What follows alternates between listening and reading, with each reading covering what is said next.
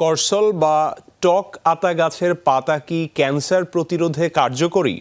ক্যান্সারে আক্রান্ত হয়ে দীর্ঘদিন চিকিৎসা করিয়েও সুস্থ হয়নি। এরপর শুরু করেন নিজ বাড়িতেই লাগানো করসল পাতার নিয়মিত রস খাওয়া। তার দাবি ফলও পাচ্ছেন। আমি তো বলতে পারি আঙুল দিয়ে দেখাই যে এই মানুষগুলো তো এরা তো মরতে মরতে তো এখন তো লাফিয়ে বেড়াচ্ছে। এটা তো আমার গাছের পাতা কি, এটা হলো আমার গবেষণা। তা আমি ওদেরকে মানে আমার জায়গার থেকে আমি ওদেরকে চ্যালেঞ্জ করি। প্রতিবেশীদেরও দাবি আগের চেয়ে অনেক ভালো আছেন আলী আশরাফ। উনি যখন ক্যান্সারে আক্রান্ত ছিল তখন ওরকম চুল টুল মাথায় ছিল না, এরকম আর ওই শরীর ড্যামেজের দিকেই যাচ্ছিল, খুব যে উন্নতি হচ্ছিল তা না। আমি বিছানাতেই ছিলাম। পাতাটা খাওয়ার পরে এই পানিটা খাওয়ার পরের থেকে আমি আল্লাহর রহমতে একটু ভালো। এই পাতাটা ওই হাঁড়ির ভিতর দিয়ে 3 থেকে 4 কাপ পানি দেবেন।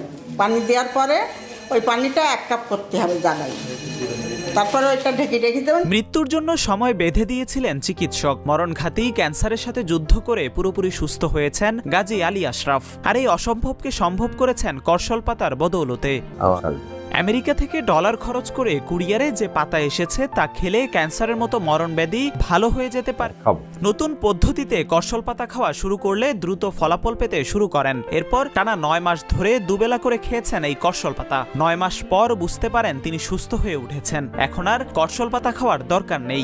আমি এটা একটানা প্রায় 9 মাসের কাছাকাছি আমি এটা খেয়েছি। তারপর